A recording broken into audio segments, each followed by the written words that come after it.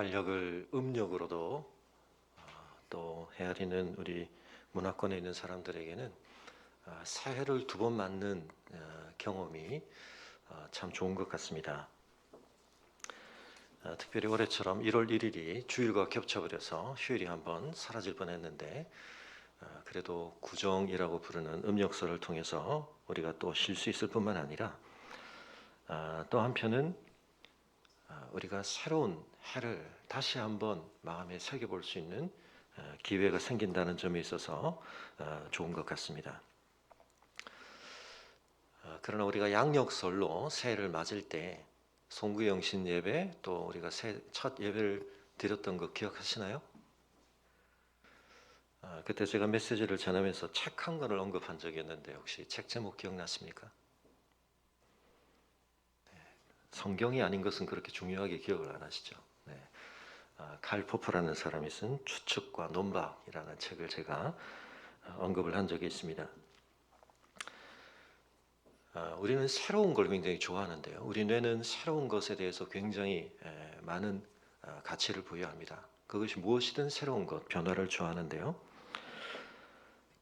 그 새롭다는 것 자체만으로도 선호될 수 있을 만한 것이지만 그러나 새로운 변화들에도 또 차별화가 가능한 가치 부여가 가능합니다. 더 좋은 새로움, 더 나은 변화가 있기 때문입니다. 그래서 우리는 그걸 좀 더 발전이라는 말, 진보라는 말, 향상이라는 말로 그 변화의 방향성에 대해서 의미를 부여를 하는데요. 그런 점에서 더 나은 새로워짐, 더 나은 변화를 우리는 어떻게 이뤄왔나?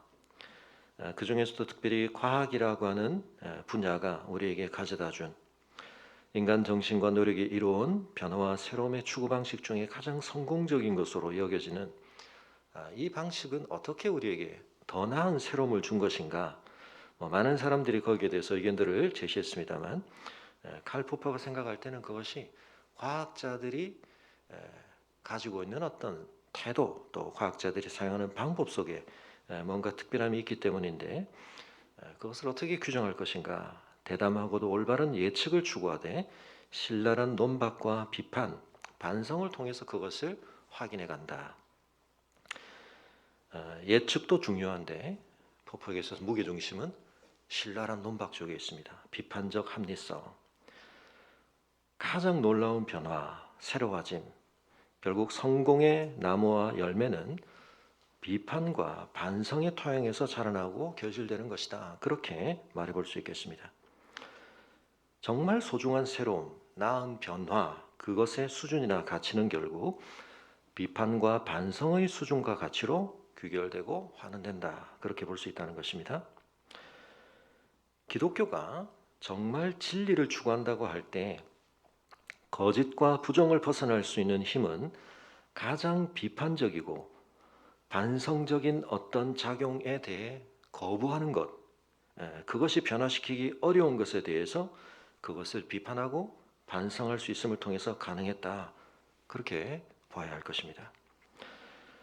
그런 점에 있어서 오늘 우리가 묵상하는 이 시편 51편은 정말 중요한 변화, 새로움은 어디서 비롯될 수 있는가라는 점과 관련하여 가장 신랄한 반성과 비판이 어떻게 이루어지는 것인가, 그리고 그것이 어떻게 가능한 것인가, 그것은 우리에게 무엇을 가져다 주는가 하는 것을 보여준다. 그렇게 볼 수 있겠습니다.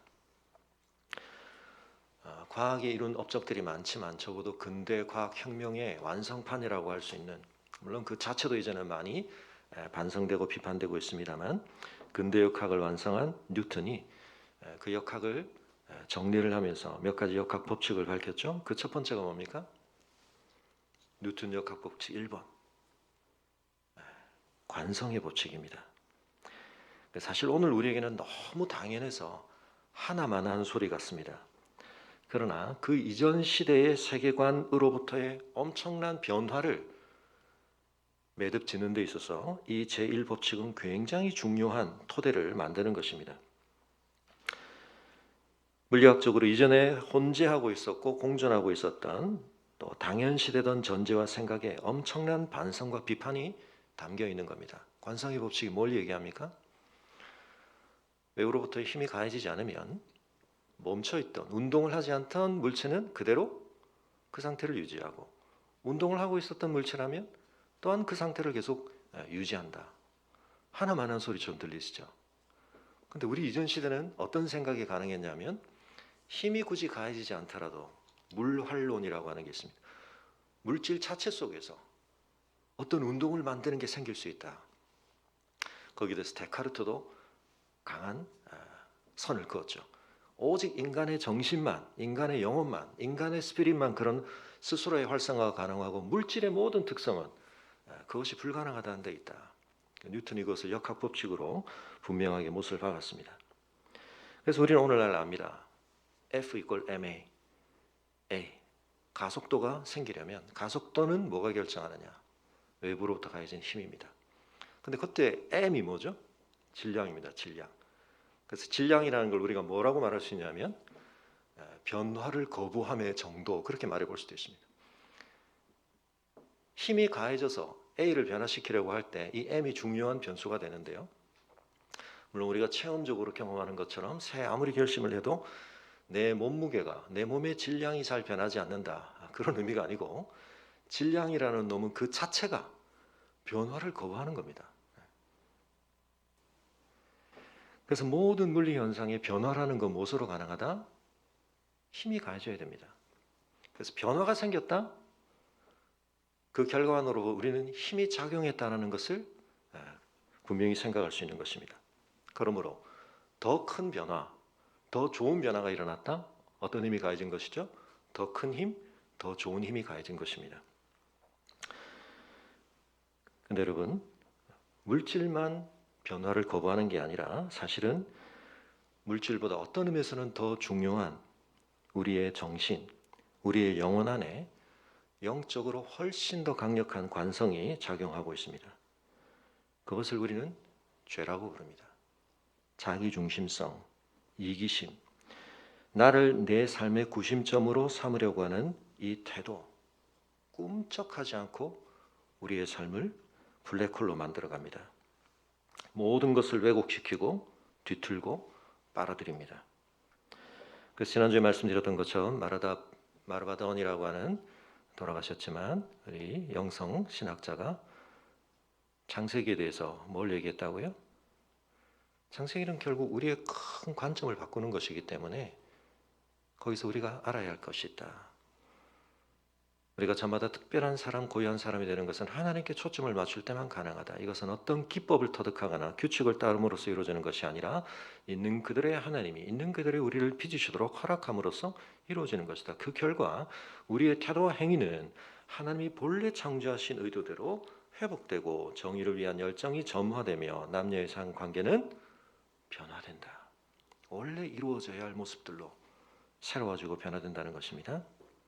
그래서 성경의 주제는 하나님이시고, 우리가 그 성경을 제대로 읽는다면 창세기는 처음부터 우리에게 올바른 예배를 가르친다.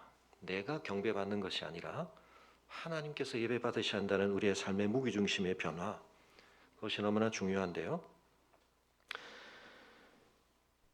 내 속에 내 존재를 완전히 뒤바꿔 온 세상과 심지어 창조주 하나님마저 나의 중심적 세계의 요소로 둔갑시키는 그러한 죄, 거짓에 대해서 무엇이 과연 이것을 변화시킬 수 있는가? 여러분, 이것을 변화시키는 것이 가장 큰 힘입니다. 그것이 바로 복음입니다.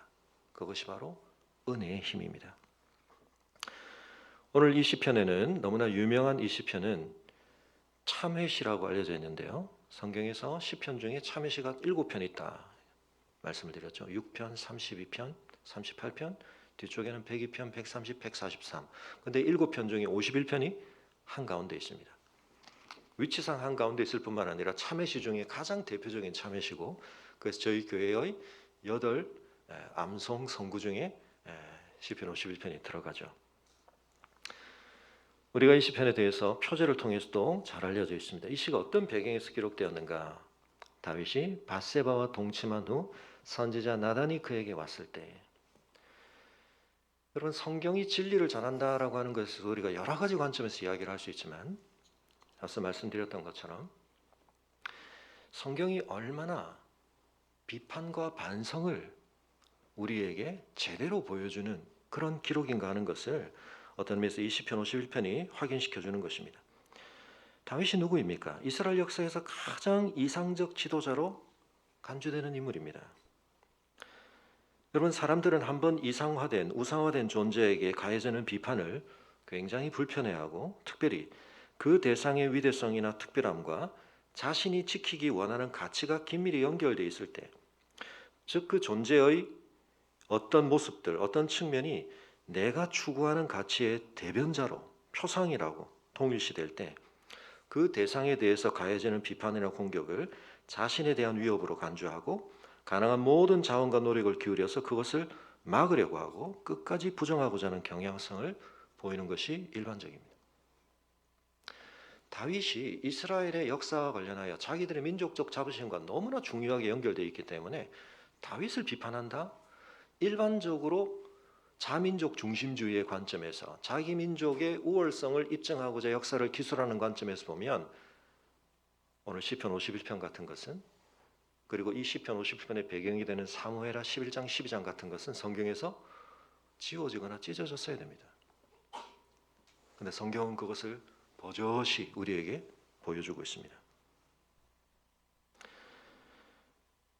여러분, 사람들의 상당한 인정과 충성을 받는 지위와 위치에 오르기가 어려워서 그렇지, 일단 그런 관계나 관련성이 한번 형성되고 나면 좀처럼 웬만한 공격과 비판에 대해서는 상당히 헌신적으로 그것에 대항하여 맞서주는 지지자, 추종자들이 보호막을 제공해 줍니다.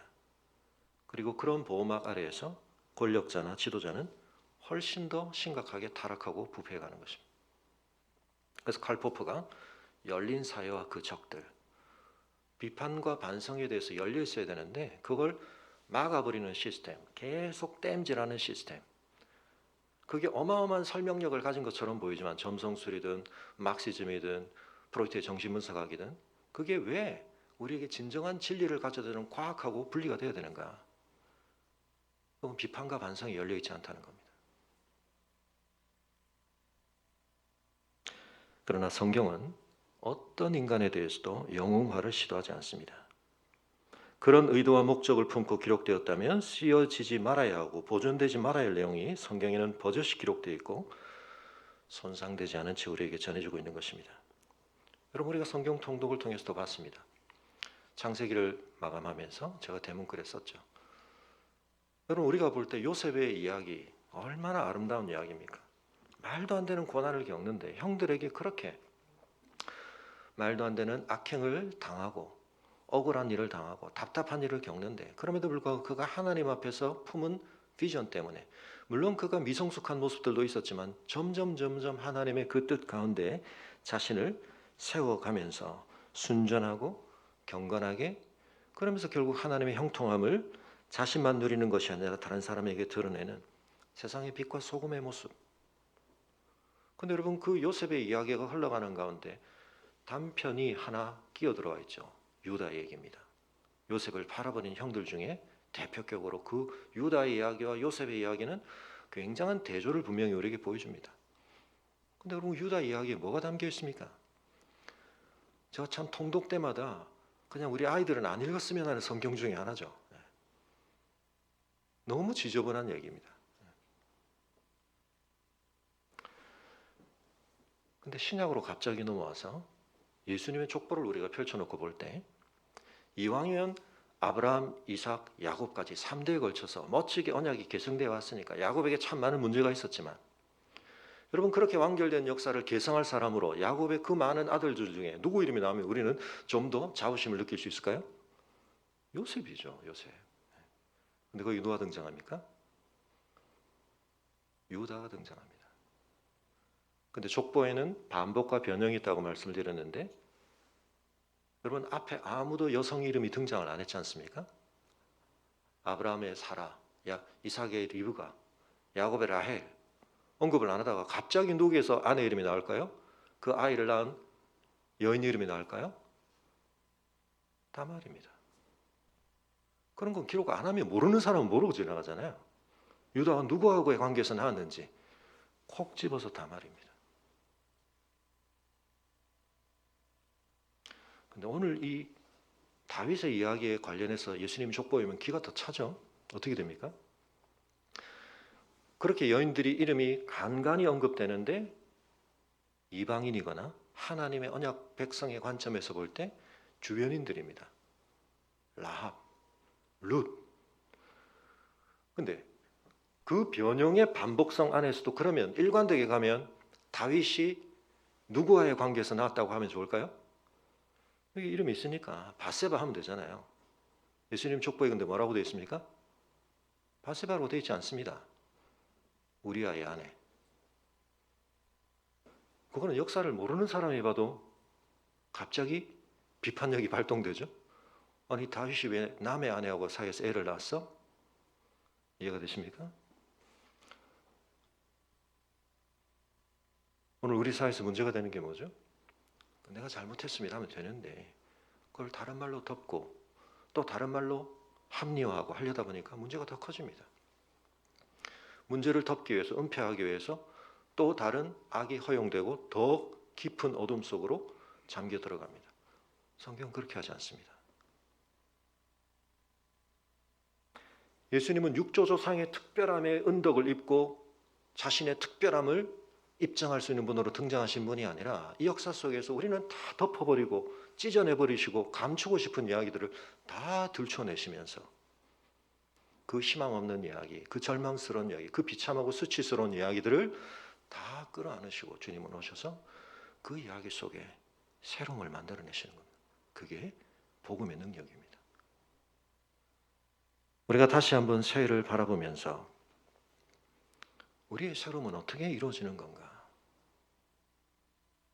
우리 안에서 정말 변화되어야 할 것에 대해 하나님의 은혜와 복음이 가져다주는 두나미스, 능력을, 파워를 경험할 때 우리 안에 변화가 일어나는 것입니다. 시편 51편은 제가 우리 암송 선구를 다시 한번 모아서 설교할 때 또 수요 강좌 때 제가 여러 번에 걸쳐서 설교를 했었기 때문에 오늘은 이런 강조점을 더 우리가 생각하면서 좀 묵상을 하려고 합니다. 여러분 다윗이 이 시를 시작을 하는데 뭐로부터 시작을 하느냐? 주의 인자를 따라 내게 은혜를 베푸시며 주의 많은 긍휼을 따라 내 죄악을 지워 주소서.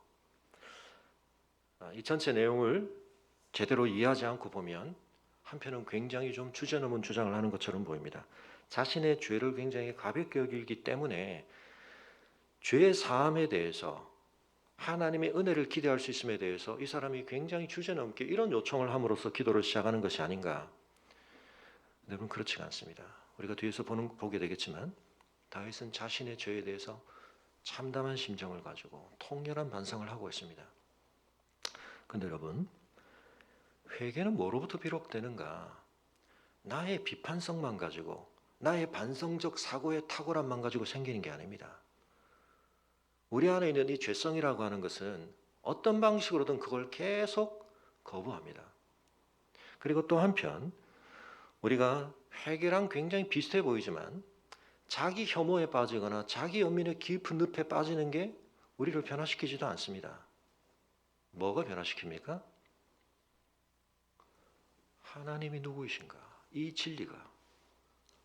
그분이 우리를 어떤 존재로 지으셨고 우리를 향해 어떤 뜻을 품으셨고 우리에게 원래 뭘 계획하셨고 우리를 어디로 데려가려고 하시는가와 관련된 우리의 삶에서는 다 잊혀져 버렸고 묻혀져 버렸고 뒤틀려 버렸지만 결코 무시될 수 없고 잊혀져서는 안 될 이 진리를 다시 깨달을 때, 직면할 때 일어나는 것입니다. 현재가 잘못되었다는 사실을 계속 지적한다고 해서 변화가 일어나지 않습니다. 회개라는 건 돌아서는 겁니다. 돌아설 방향이 있어야 되고 그것을 돌아섰을 때, 그것을 버렸을 때, 그것을 떠났을 때 내가 어디를 향해 가야 할지, 가고 싶은지 가는 것이 소중한지를 우리에게 확인시켜주는 것이 필요한 것입니다. 그래서 여러분 다윗에게 일어난 이 회개의 가장 중요한 언급이 하나님의 성품과 관련된 것으로 시작된다는 점을 잊지 마십시오. 그리고 또한 하나님이 어떤 분이신지를 발견해야만 우리가 얼마나 지금 잘못되어 있는가 하는 것도 비로소 깨닫게 되는 것입니다. 그래, 다윗은 그렇게 말도 안 되는 범죄를 했으니까 회개를 해야 마땅하지. 근데 여러분, 이사야에 있는 이사야가 자신의 처지에 대해서 깨달을 때 어떻게 깨닫습니까? 상대적으로는 훨씬 더 그의 민족들에 비해서 나은 상태에 있었습니다. 그러나 하나님의 거룩을, 하나님의 영광을 더 깊은 수준으로 직면하게 되었을 때 그가 깨닫게 되는 게 뭡니까? 내 상태와 처지에 대한 말할 수 없는 곤고함. 나는 망하게 되었구나. 나는 저주스러운 상태에 있구나. 여러분, 우리가 죄의 깊이를 모르는 이유는, 우리가 우리의 죄인임을 인정하지 못하는 이유는 하나님이 누구이시고 하나님이 원래 우리를 어떤 존재로 주셨고 우리에게 뭘 가능하게 하셨는지를 우리가 잊어버렸거나 무시하기 때문입니다. 그러면 상당한 자기 합리화가 가능해집니다. 자기 만족이 가능해집니다. 상대적인 비교 속에서 나만큼만 살아보라 그래. 사람들이 나 정도의 수준에서만 살면 세계가 평화롭지. 자기를 모릅니다. 왜요? 하나님을 모르니까. 여러분, 다윗이 이 1절과 2절에서 죄와 관련해서 우리는 이제 죄악, 죄 뭐 이렇게 번역이 되어 있고 같은 표현들로 되어 있습니다만 이 히브리 원어를 보면 다른 표현을 계속 바꿔가면서 씁니다. 페샤라고 하는 거다. 아온이라고 합니다. 다른 표현들을 씁니다. 그런데 이 표현들이 의미하는 바들이 조금씩 다릅니다. 이 페샤라고 하는 것은 일종의 의도적이고 의지적인 반역, 정치적 반역 이런 것들을 뜻하는데요. 하나님의 뜻에 대해서 고의적으로, 악의적으로 우리가 잘못을 범한다는 뜻입니다. 아온이라고 하는 것은 이건 번역하기에 따라서는 이건 약간 길 개념 또는 경로 개념, 기준 개념 같은 건데요. 거기서 벗어난다는 뜻입니다. 그리고 이 하타트라고 하는 것은 관역 개념, 목표 개념 이런 겁니다. 거기서 못 미치거나 벗어난 거죠. 이런 표현들을 바꿔가면서 쓰는 것을 통해서 결국 우리의 의지가 얼마나 왜곡된, 우리 의지 속에 하나님의 의지를, 하나님의 뜻을 적극적으로 수용하고 순종하는 게 아니라 거스리려고 하는 그런 의지가 작동되고 있고, 하나님이 올바르게 우리에게 말해주신 기준, 경로를 우리는 끊임없이 이탈하려고 하고 벗어나려고 하는 어떤 경향성을 가지고 있고, 그리고 하나님이 우리에게 제시해 주신 목표, 방향성에 대해서 우리는 그것을 무시하거나 그것에 대해서 미칠 수 없는 그런 어떤 상태, 우리의 행위에 있었든 우리의 의지에 있었든 우리의 경향성에 있었든 우리가 얼마나 심각하게 무기력하고 왜곡되어 있나 하는 것을 다윗은 다른 표현들을 통해서 총체적으로 강조하고 있습니다. 영어에도 보면 evils도 있고요, iniquity도 있고, transgression도 있고, sin도 있고, 굉장히 다양한 표현으로 번역을 바꿔가면서 합니다. 죄의 총체성을 우리에게 보여주는 것입니다. 그런 것이 우리 속에 있는데 여러분, 그 사실을 직면하고 인정하되 다윗이 어느 수준으로 하냐면 5절에 보십시오. 내가 죄악 중에서 출생하였다. 어머니가 죄 중에서 나를 잉태하였다. 오해하시면 안 됩니다. 요즘은 이런 죄에 대한 관점들도 많이 생기고 있는데 환경 결정론이나 유전자 결정론을 얘기하는 게 아닙니다. 혹은 자신이 사생아라는 얘기를 하는 것도 아니고 성행위가 부정적이라는 얘기를 하는 것도 아닙니다. 뭘 얘기하는 거죠? 근데 내가 이 처참하게 실패한 내 이 어마어마한 실패를 놓고 가만히 보니까 제가 그때 한순간 깜빡해가지고 그때 뭔가 상황이 부정적으로 겹쳐서 단순히 그렇게 된 게 아니고 내가 꽤 하나님 앞에서 거룩하게 살아왔다고 자부했지만 그리고 다른 사람들에 비하면 나는 하나님의 마음에 합한 자라는 인정을 받을 만큼 정말 하나님 앞에서 꽤 괜찮은 삶을 살아왔지만 자신의 그 행위에 근거하여 자신을 더 깊이 성찰하니까 그리고 하나님의 그 의로우심과 공의로우심을 보고 나니까 뭘 깨닫게 됩니까? 이 죄의 뿌리가 얼마나 깊은가.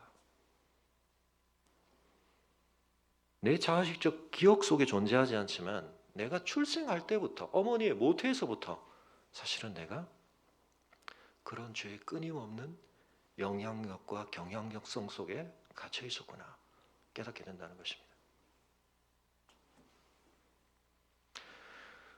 그러나 여러분 다시 한번 말씀드리지만 내가 얼마나 심각하게 잘못되어 있는가를 자꾸 직면한다고 그것만 가지고 회개는 일어나지 않습니다. 사람들은 그러면 어떻게 될 수 있냐면 더 막 가고 싶어지기도 합니다. 이왕 버린 몸 이러면서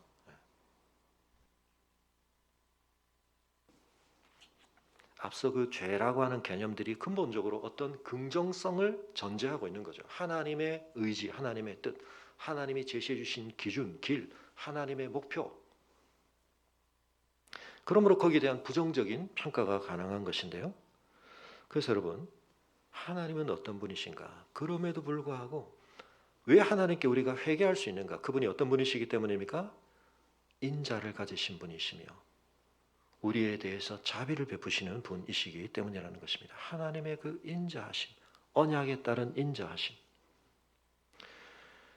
여러분, 이것은 하나님께서 어떤 기준도 갑작스럽게 무너뜨리시면서 우리에게 단순히 그냥 우호적으로 대해 주실 그런 어떤 성향을 가지고 계시다는 뜻은 아닙니다.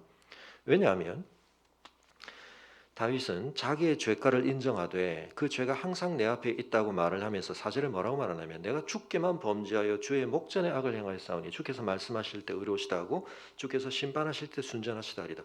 이 말씀도 오해할 수 있는데요. 이거 미량을 떠올리시면 안 됩니다. 내가 바세바에게도 우리아에게도 범죄한 게 아니고 나는 그냥 하나님께만 죄를 범했기 때문에 하나님하고만 용서를 구하면 내 문제는 해결돼. 그런 뜻 아닙니다. 그 죄악들이 끔찍하지만 그 죄들은 궁극적으로 하나님과의 관계로 다 소급된다는 뜻입니다. 그리고 이 4절에서 인정하는 게 뭡니까? 하나님의 심판은 순전하시고 하나님의 말씀은 의로우시다는 것을 인정하고 있습니다. 여러분, 우리가 구약에서 이 회개 기도와 관련하여 이 기도는 조금 개인적 측면이 강조되어 있지만 사실은 공동체적 회개 기도와 관련해서 굉장히 대표적인 세 기도가 좀 흥미롭게도 동일한 숫자의 장에서 등장을 하는데요. 그래서 여러분, 우리나라도 위급할 때 어디에 전화합니까? 119. 미국에서는요? 911. 9를 생각하십시오. 다니엘서 9장, 느헤미야 9장, 에스라 9장. 놀랍게도 물론 다니엘서는 저 앞쪽에도 또 기도가 있기는 합니다만 또 느헤미야도 1장에도 기도가 있기는 합니다만 여러분 시간 관계상 찾지는 않겠습니다. 집에 가서 읽어보십시오. 또 다음 통독할 때 뭐요? 다니엘, 느헤미야, 에스라 몇 장이요? 9장. 만나면 911 생각하시면 됩니다. 119 생각하시면 됩니다. 민족의 어마어마한 위기 상황 앞에서 놀라운 회개 기도를 하는 대표적인 내용이 거기 등장합니다. 그런데 그 내용들 속에 공통으로 발견되는 게 있습니다. 그게 뭘까요? 자신들이 지금 어마어마한 재앙과 저주를 당하고 있는데 다니엘과 느헤미야, 에스라가 인정하는 게 있습니다. 하나님의 심판은 정당하십니다. 하나님의 판단은 옳으십니다. 미가서 7장도 마찬가지죠. 미가서 7장에서도 매우 깊은 회개 기도가 나타나는데 그때 보이고 있는 중요한 태도가 뭡니까? 그의 고난당함을 고소해야 할 수 있고 그것으로 인해 즐거워할 수 있는 대적에 대해서 우리가 지금 이렇게 고난당한다고 땅의 티끌처럼 그렇게 비참함을 경험한다고 우리를 보면서 그렇게 좋아하지 마라. 나는 하나님의 진노와 심판을 당하겠다. 수용합니다. 여러분 하박국도 마찬가지죠. 하박국서가 놀랍게 하나님의 은혜를 통해 변화된다는 그런 과정을 우리에게 보여줄 때 그 속에 담겨있는 굉장히 중요한 게 뭐냐면 하나님의 판단, 하나님의 작용에 대해 그것을 받아들이는 겁니다.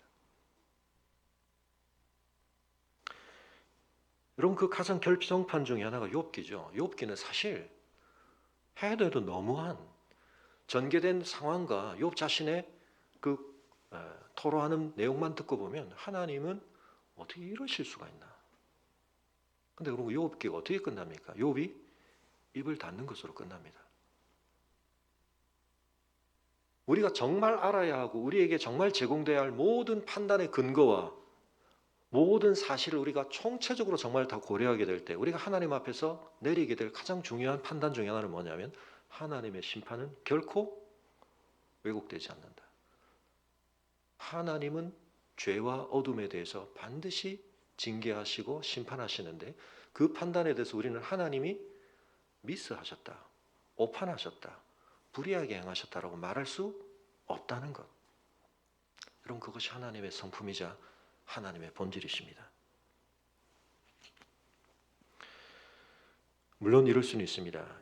이것이 죄의 문제만은 아니고 우리가 당하는 때로는 애매한 고난도 있고 우리의 죄에 대한 징계와 연단으로 주어지는 고통이 아닌 고통도 있기 때문에 그 문제랑 이 문제는 조금 분리가 필요합니다만, 적어도 우리가 어떤 상황 속에서도 죄와 관련하여서 하나님이 내리시는 판단이나 하나님의 경륜과 관련하여, 그리고 궁극적으로 하나님의 성품과 관련하여 하나님께 어둠이 없으시다는 사실, 하나님은 옳으시다는 사실, 여러분 이 사실은 반드시 우리가 기억을 해야 합니다. 그런데 그 하나님께서 우리의 죄에 대해서 어떻게 그것을 사하실 수 있는가? 여러분 또 한 가지 우리가 알아야 할 게 있습니다. 그게 뭐라고요? 하나님의 인자와 많은 긍휼입니다. 성경에서 긍휼 혹은 자비라고 번역되어지는 말의 히브리어적인 원어 개념은, 이 히브리어는 추상적인 것들과 신체적인 구체적인 것을 사실은 같이 사용을 합니다. 하나님이 자비로우시다, 하나님이 자궁을 가지고 계시다는 뜻입니다. 우리는 하나님을 남성적 이미지들만 그립니다만, 이 점과 관련해서 성경은 여성의 몸 안에 있는 자궁을 하나님의 어떠하심을 묘사하고 있습니다.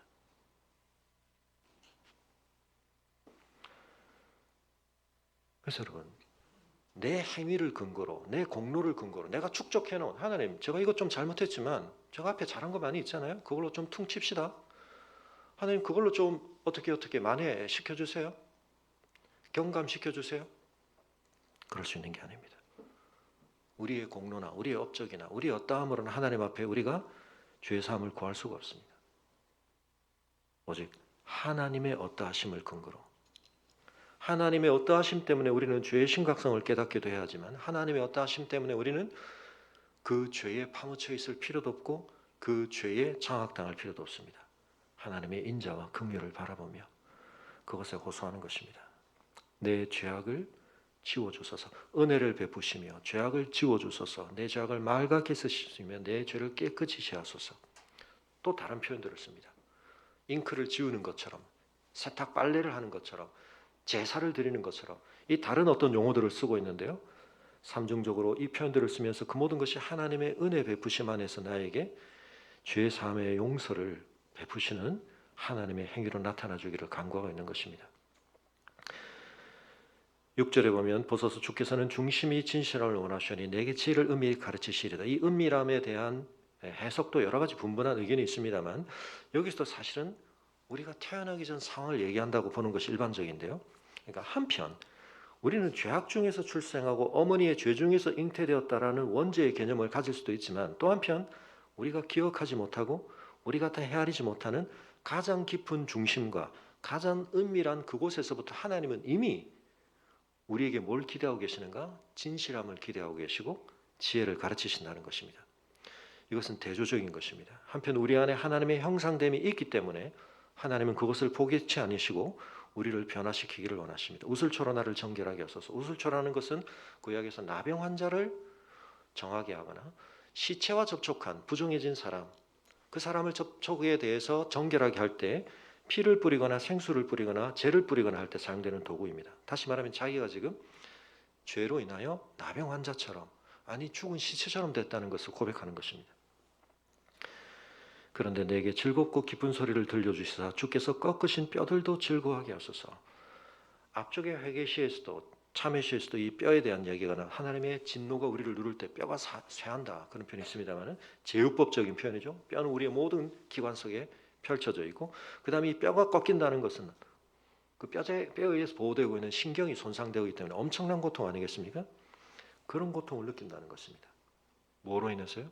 내가 범한 죄가 나에게 가져다주는 결과적인 고통, 해만이 아니라 내 양심이 내 속에서 겪는 고통을 얘기하는 겁니다.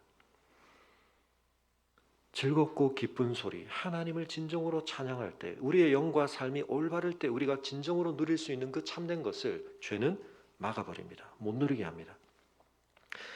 여러분, 죄는 한편은 우리에게 주는 게 있습니다.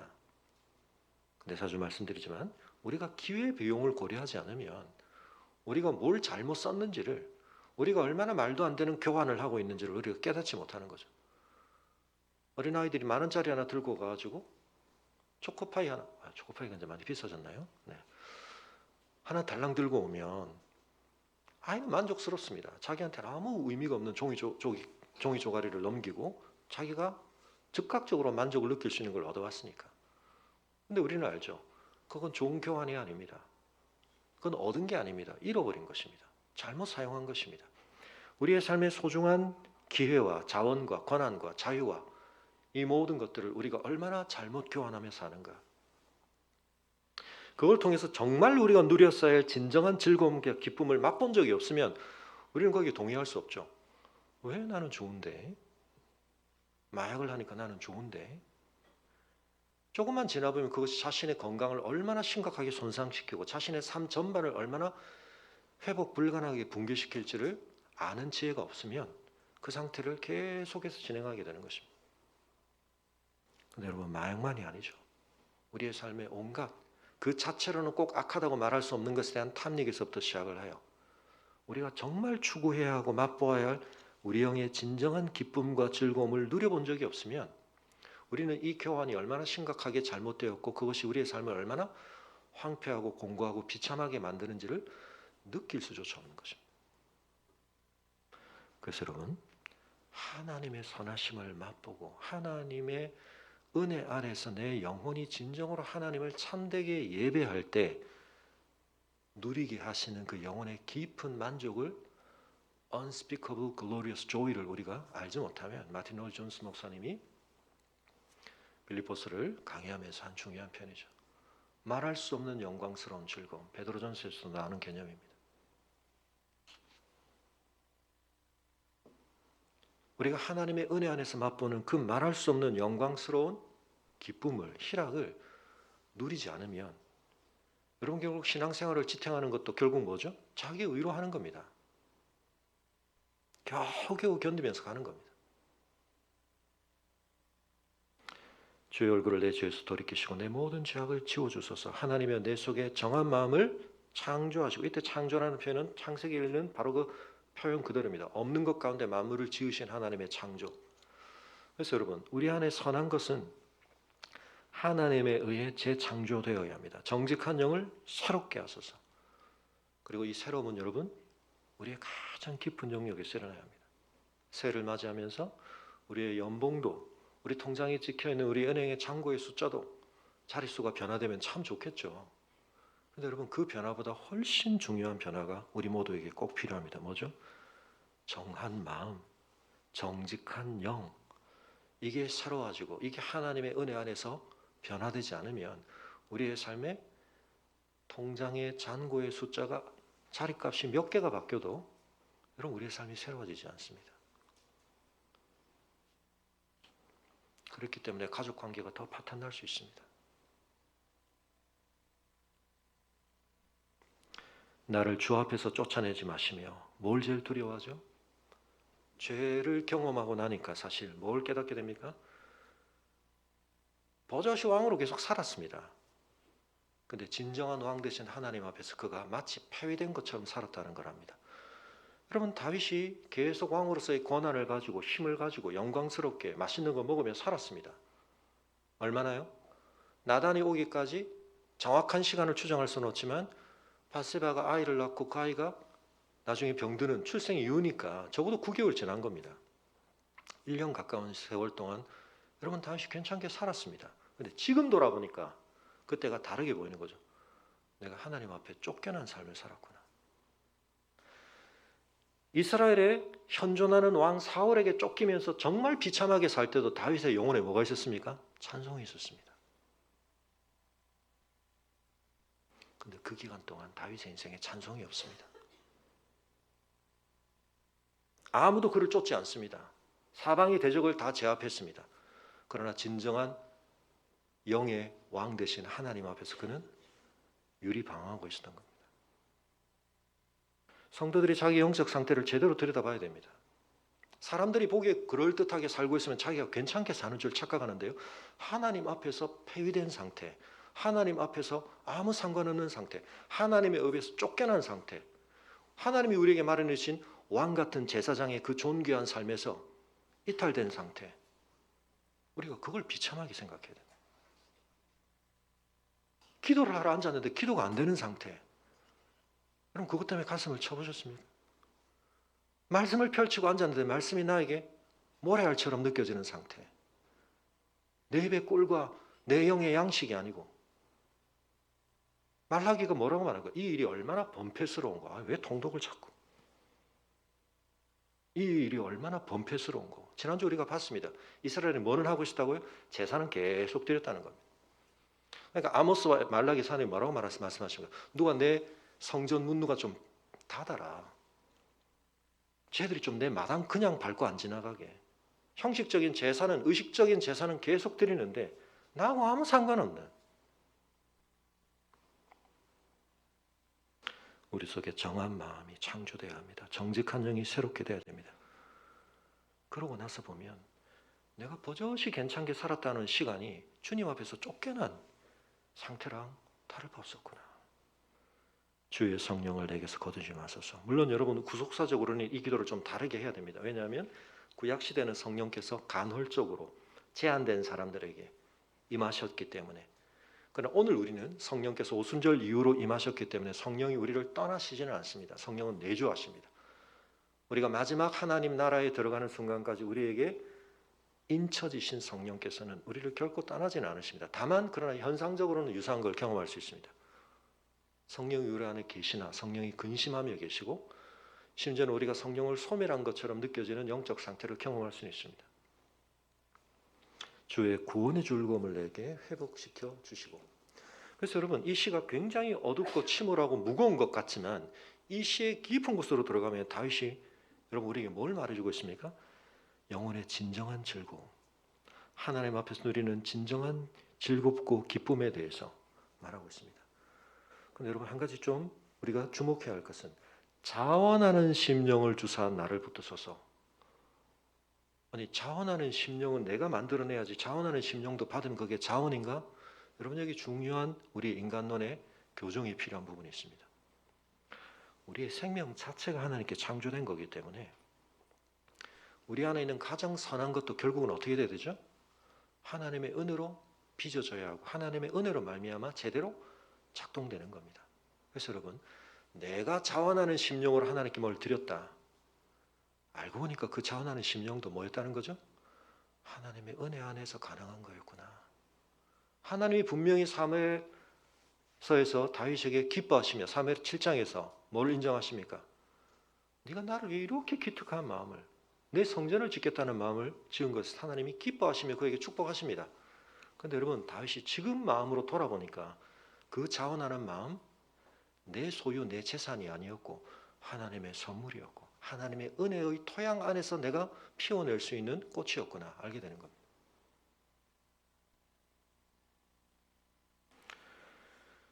여러분의 영적 여정 중에 그래도 제일 괜찮았던 시절이 있으시잖아요. 그때 내가 참 영적으로 뜨거웠지. 내가 그때는 좀 영적으로 깨어 있었지.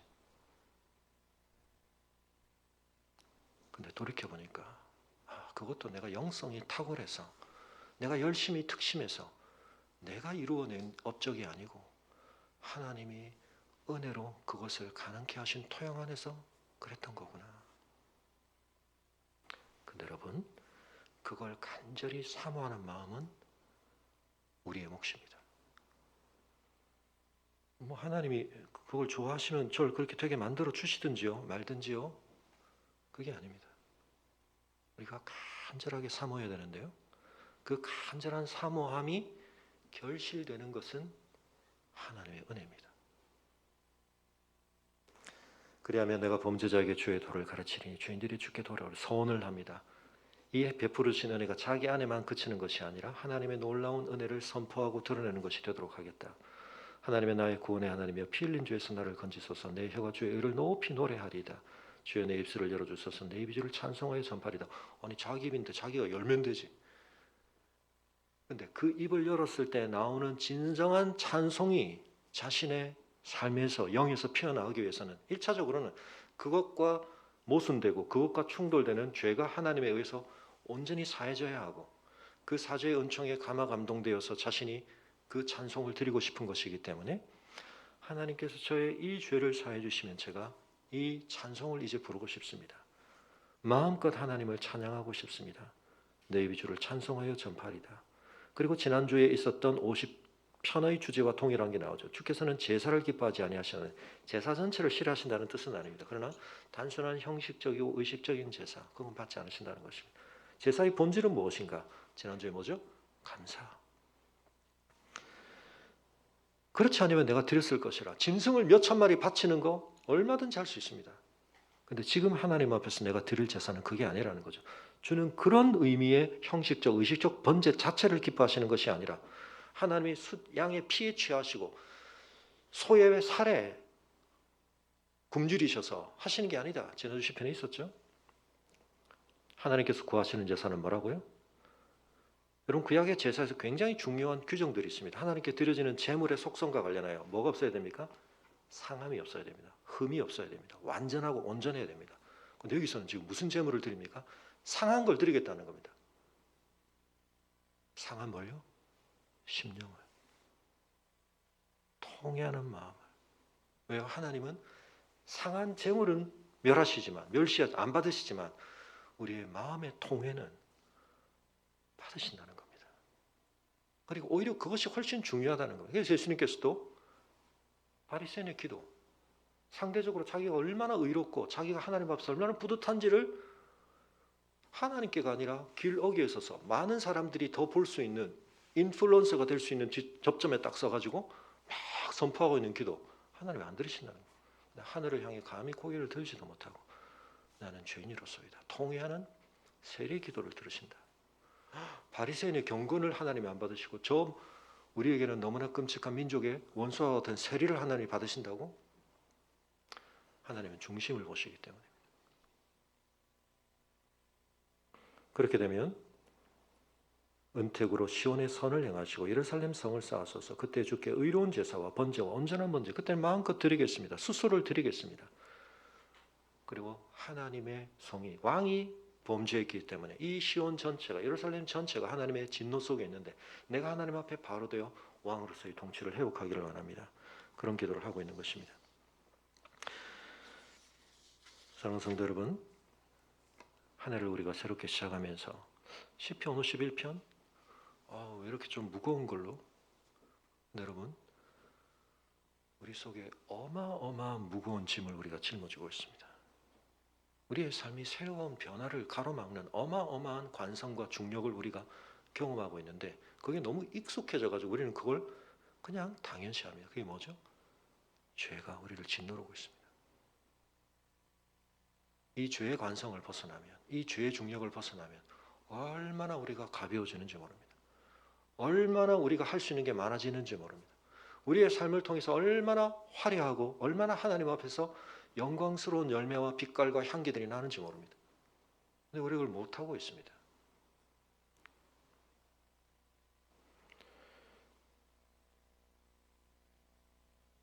얼마 전에 놀면 뭐하니라는 예능 프로에서 요즘 이렇게 시청자들의 요청을 받아서 복원을 하는데요.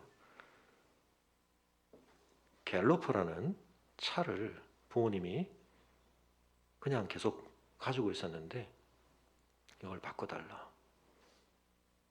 세월이 30년 된 카인데 이 차를 현대의 모든 기술진들이 다 동원돼 가지고 아마 현대 측에서도 이런 거에 또 간접 홍보 효과가 크니까 아마 그랬겠죠. 완전히 새 차를 만들어줬습니다. 삐까번쩍하게 그냥. 엔진 다 바꾸고 6기통 파워로 그냥. 여러분, 이 갤로포를 어디에서만 이렇게 바꿀 수 있을까요? 원래 제조사. 물론 이제 부품이나 이런 거 다 생산 중단됐겠지만 그래도 원래의 설계를 알고 있고 원래 생산했던 곳에서 이걸 복구해내는 겁니다. 여러분, 우리의 삶의 진정한 변화는 창조주 하나님의 손 안에서 빚어지는 것입니다. 우리가 하나님 밖에서 뭘 막 새로 지르고 해봐야 그건 우리의 존재의 디그리를 계속 떨어뜨리는 것에 불과합니다. 하나님께로 돌아가서 하나님 저를 바꿔주십시오. 완전히 새롭게 바꿔주십시오. 근데 놀라운 것은 원래 있던 갤로포 수준이 아니고 그때는 장착될 수 없었던 걸 더 넣어가지고 이 차는 이제 유일무이한 갤로퍼가 이제 된 거죠. 제가 사실은 이 회개와 관련된 설교를 할 때 늘 많이 보여드렸던 영화가 있는데요. Courage on the Fire라고 하는,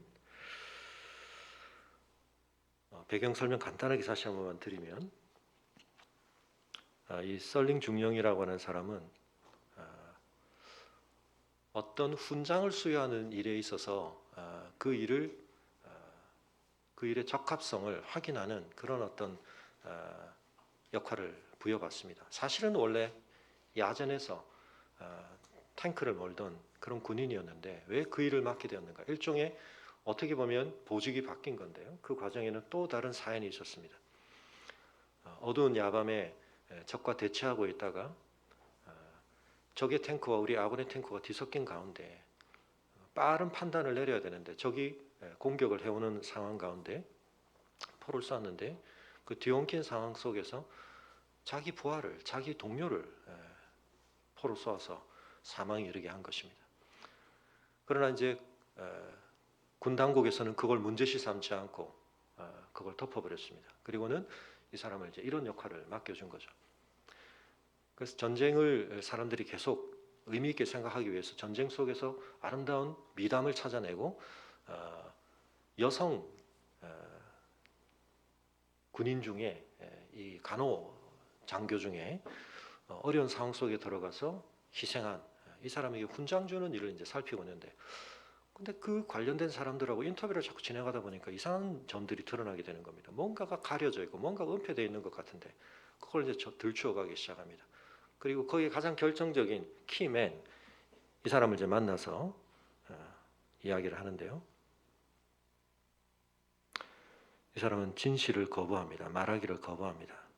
그리고는 이 몬프리즈는 자신의 추악한 어떤 측면이 이제 묻혀 있고 덮여 있기를 바라는데 그것이 들추어내어졌다는 사실을 알게 되고는 결국은 이렇게 자멸의 길을 택합니다. 무슨 일이 있었던 거냐? 사실은 적에게 고립되어 있는 환자를 후송하고 하는 이제 그런 의무진이었는데 작전상 적에게 둘러싸이는 곳에 고립되어 있다가 사실은 그러니까 자기 부하들이 그냥 항복해버리자 그렇게 말을 합니다. 근데 이제 그럴 수는 없다. 그리고 환자도 있었고 지켜야 될 환자도 있었고 그러면서 서로를 대치하는 가운데 적군이 갑작스레 나타났는데 서로가 총을 겨누고 있던 상황이기 때문에 이제 의도했던 건 아니지만 이 몬프리즈가 쏜 총에 이 대위가 이제 총상을 입게 되었는데 마지막에 그들을 구출하러 온 아군이 이제 오게 되자 부상당한 사람과 자기는 끝까지 지키고 있을 테니까 가서 사람들을 데리고 와서 얘를 데려가도록 해달라. 자기는 끝까지 버티는 거죠. 그렇지만 돌아가게 되면 너는 군법에 회부될 것이다. 이제 그런 상황이었습니다. 근데 돌아가가지고는 웰든대위는 어떻게 됐냐? 죽었습니다. 이렇게 말하는 거죠. 그리고는 폭격으로 묻어버립니다. 군 당국은 이 사실을 결국 드러내지 않습니다. 그리고 웰든 대위에 대해서 화려한 세리머니를 해줍니다. 용기 있는 여성 군인이었다. 그런데 썰링 중령은 이 예식에 참여하는 게 아니라 영화의 마지막에 군복을 갖춰 입고 어떤 곳으로 갑니다. 어디로 갔느냐? 자기가 죽음에 이르게 했던 자기 동료의 부모님을 찾아갑니다. 그리고 얘기를 합니다. 언젠가는 꼭 고백하고 싶었습니다. 아드님과 전 서로를 위해 아낄 게 없을 만큼 가까웠습니다. 그는 훌륭했으며 제겐 아우 같았습니다. 그날 밤에 아군 진영의 접근 절차가 출현했고 제 판단에는 여기서 이제 말을 잠깐 멈춥니다. We thought 그랬다가 잠깐 멈추고 I thought 그렇게 바꿉니다. 우리가 그런 판단을 했습니다와 그 판단의 주체가 납니다라는 건 좀 다른 얘기죠. 결국은 제 책임입니다라는 걸 밝히는 건데요. 저기전차처럼 보였습니다. 발포 명령을 내렸고 제가 죽였습니다. 이미 이 아들에 대해서는 군에서 훈장까지 다 줬습니다. 장렬하게 전쟁에서 전사했으니까. 근데 여러분 이걸 지금 밝히면 누구에게 무슨 유익이 있습니까? 오히려 부모의 마음에 내 아들이 적과 싸우다가 장렬하게 전사한 그것도 너무나 가슴 아프긴 하지만 죽음이 아니라 아군의 손에 죽었어? 이 비참한 사실을 알게 되는 것, 누구를 위한 걸까요? 장례식 때 당국이 속였고 저도 속였던 것 용서해 주십시오. 감히 용서해달라는 말을 할 용기가 나지 않았습니다. 이제 진실을 알았으니 주여 식을 떨쳐버리게. 감사합니다. 제가 본 영화 중에서 회개와 관련해서 이 장면만큼 저에게 진한 감동을 주는 장면은 없었습니다. 덴젤 워싱턴이 이때 눈물을 뚝 흘러 떨어뜨리는지 여러분 보이신지 모르는데 이 눈물 자국 보이십니까? 그리고는 자기는 일든 대위의 무덤에 개인적으로 찾아가서 자기 훈장을 바치고 경의를 표합니다. 여러분, 사무엘하 11, 12장 사이에 굉장히 짧게 지나가는데 우리가 미루어 그려봐야 될 내용이 있습니다. 우리야 장례를 지냅니다. 그 장례식이 어땠을까요? 그 장례를 누가 지낸 겁니까? 다윗이 지내준 겁니다. 뭐라고 했을까요? 적과의 전투에서 최전방에 최선봉에 서서 장렬하게 전사한 우리 우리야, 위대한 영웅. 그리고 그 우리야의 이제 과부가 된 미망인이 된 밧세바를 자기가 어떻게 해준 겁니까? 아내로 맞아준다. 다른 군인들이 볼 때 여러분 이건 정말 의미 있고 아름다운 장례식이었을 겁니다. 그러고는 우리야가 낳은 아이의 아버지로 여김 받기를 원래는 원했지만 그래서 우리야와의 관계를 사람들에게 소문나도록 우리야가 잠깐 우리야를 불러들였죠. 불러들여서 전쟁 틈에 그 시점에 아내하고 관계를 맺었다는 사실을 만천하가 알 수 있도록 하려고 했는데 우리야가 너무 충성스러워서 그걸 거부하는 바람에 자꾸 악에 악을 더하게 되었는데 마지막을 멋지게 마무리한 겁니다. 장례식 영광스럽게 하고. 근데 나단이 등장해서 그걸 들추어내는 겁니다. 여러분 사람들은 죄의 고통과 관련해서 내 죄가 들통났다는 사실, 내 죄가 까발려졌다는 사실이 가져다 줄 두려움에 대해서는 굉장히 압니다. 사람들을 의식하기 때문에 내 평판이 어떻게 될까? 몬프리즈는 그래서 아예 죽음을 택한 거죠. 여러분 진실을 직면하려면 courage under fire, 어마어마한 용기가 필요합니다. 내가 잘못했습니다. 내가 지키고 싶은 게 내 자존심이라면, 내가 지키고 싶은 게 내 체면이라면 절대로 우리가 회개할 수 없습니다. 그런데 나를 지키는 게, 내 체면에는 내 자존심 지키는 게 아니라 나를 향해 두신 하나님의 뜻을 붙잡는 것이고 하나님의 은혜를 잃지 않는 것이라는 걸 깨닫게 되면 그걸 놓을 수 있습니다. 내가 부정당하는 것 같지만, 내가 박살나는 것 같지만 그게 내가 사는 길입니다. 그래야 내가 새로워질 수 있습니다. 안 그러면 그 죄를 또 다른 죄로 덮고 그 죄를 또 다른 죄로 막으려고 하면서 인생은 더 비참해지는 겁니다. 그래서 저는 저 영화를 보면 성경이 묘사하지는 않았지만 다윗이 우리아 장례식을 어떻게 했을지가 머리에 그려집니다. 미망인을 위로하면서 밧세바를 자기의 아내로 맞아줍니다. 그 속에 얼마나 추악한 어둠이 깃드는지 아무도 몰랐습니다. 사랑하는 성도 여러분, 나는 다윗 같은 죄는 그래도 안 범했다. 아니 세상에 10계명의 마지막 5계명을 다 범했잖아. 여러분 과연 그럴까요? 우리가 하나님의 심판대 앞에 설 때 우리가 과연 그렇게 다윗을 비웃을 수 있을까요? 그렇지 않습니다. 예수 그리스도께서 우리를 위해 피 흘려 십자가에서 우리의 죄에 대한 하나님의 진노와 저주를 담당해 주지 않으셨다면 우리의 삶은 정말 끔찍하게 끝맺음 될 수밖에 없었습니다. 그런데 우리에게 놀라운 변화의 길을 하나님께서 열어주셨습니다. 우리가 그 은혜를 아는 자로서 다시 한번 우리가 그 은혜를 붙들고 올 한 해도 우리의 삶이 새로워지기를 바랄 때 우리의 환경이 새로워지고 우리의 여건이 새로워지는 것 이전에 우리의 심령이 새로워지고 우리의 영이 새로워지고 하나님과의 우리의 관계가 새로워지게 하여 주옵소서. 죄의 관성과 중력이 붙들고 있는 이 삶에서 벗어나게 하시고 우리의 삶에서 하나님이 원래 기대하시고 원래 우리 주기 원하셨던 그 진정한 지혜, 그 진정한 존귀함을 우리가 붙들게 하여 주옵소서. 사람들 앞에서 체면이나 나 자신의 자존심조차 내려놓고 하나님 안에서 새로워지기를 우리가 결단할 때 올 한 해 우리의 삶에 어마어마한 새로움이 빚어지게 될 것을 믿으시기 바랍니다. 우리 함께 자리에서 일어나겠습니다. 이 시간 함께 기도할 때 2022년에 아니 올해를 시작하고도 벌써 20일이 지나면서 어제까지 아니 예배의 자리에 나오는 바로 오늘 이 아침까지 우리를 지배하고 있었던 하나님 앞에 합당하지 못한 우리의 죄, 우리의 고집, 우리의 익숙함 내려놓게 하시고 새로워지기를 원합니다. 우리 안에 정직한 영을 창조하시고 새롭게 하여 주시고 하나님이 어떤 분이신지 우리를 향하신 하나님의 선하심이 얼마나 깊으신지 우리를 위해 두신 하나님의 예비하신 복과 은혜가 얼마나 영광스러운 것인지 보게 하여 주시고 우리가 절대 잊지 말아야 할 게 뭔가 우리가 결코 포기하지 말아야 할 게 뭔가 내 자존심과 체면도 아니요 주님의 은혜인 것을 바라보며 이 시간 주님 앞에 나아가실 수 있기를 바랍니다. 함께 기도하겠습니다.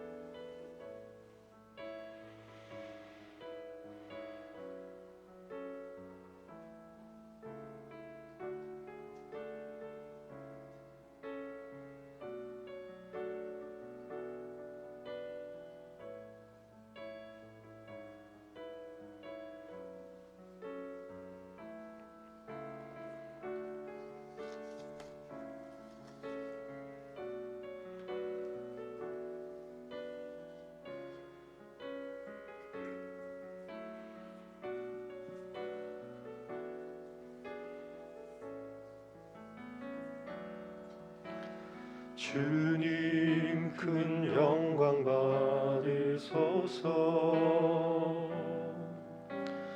홀로 찬양 받으소서 모든 이름 위에 뛰어난 그 이름 온 땅과 하늘이 다 찬양해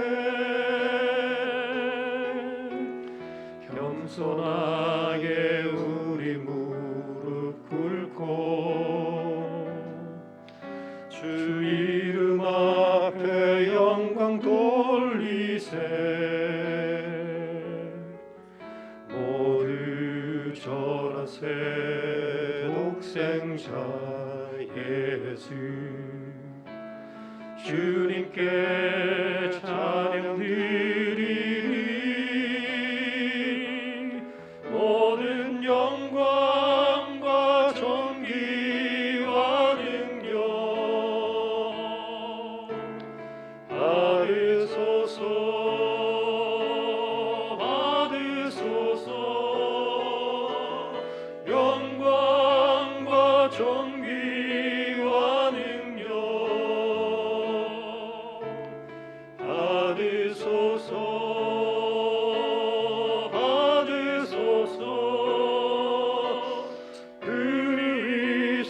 그리스도 살아계신 하나님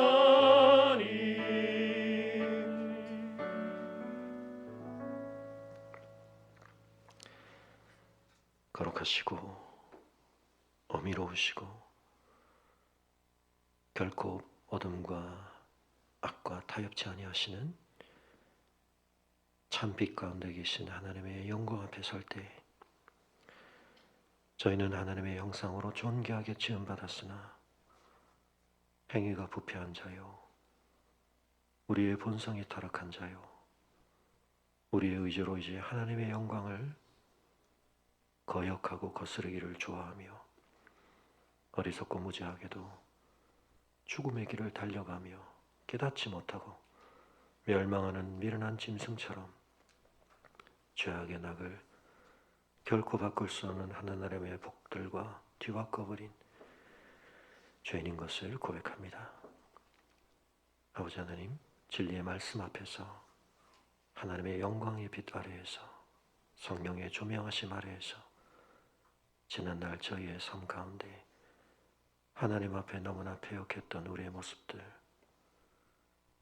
아니 아직도 깨닫지도 못한 채 우리 안에 꾹 눌러 담고 있는 우리의 그 수많은 죄악들, 언제든 우리의 삶을 또 다른 비참함과 또 다른 죄의 종노릇함 속으로 끌어갈 수밖에 없는 그 무거운 짐들을 내려놓게 하여 주시고, 오직 주님께서 우리에게 그 인자하심과 긍휼하심으로 베풀어 주시는 사죄의 은총, 예수 그리스도의 십자가의 대속의 은혜로만 온전히 씻김받을 수 있는, 완전히 새로워질 수 있는 그 은혜를 덧입게 하여 주시고, 그 은혜를 결코 잃어버리지 아니하고 주님 안에서 더욱 영적으로 온전한 삶, 분발하는 삶, 하나님이 우리에게 마음껏 주기 원하시는 그 선하고 복된 것들을 충만하게 누리며 아름답게 발휘하는 삶, 살아가는 올 한 해 될 수 있도록 우리 성도들의 삶을 진정으로 복음의 권능으로 새롭게 하여 주시옵소서.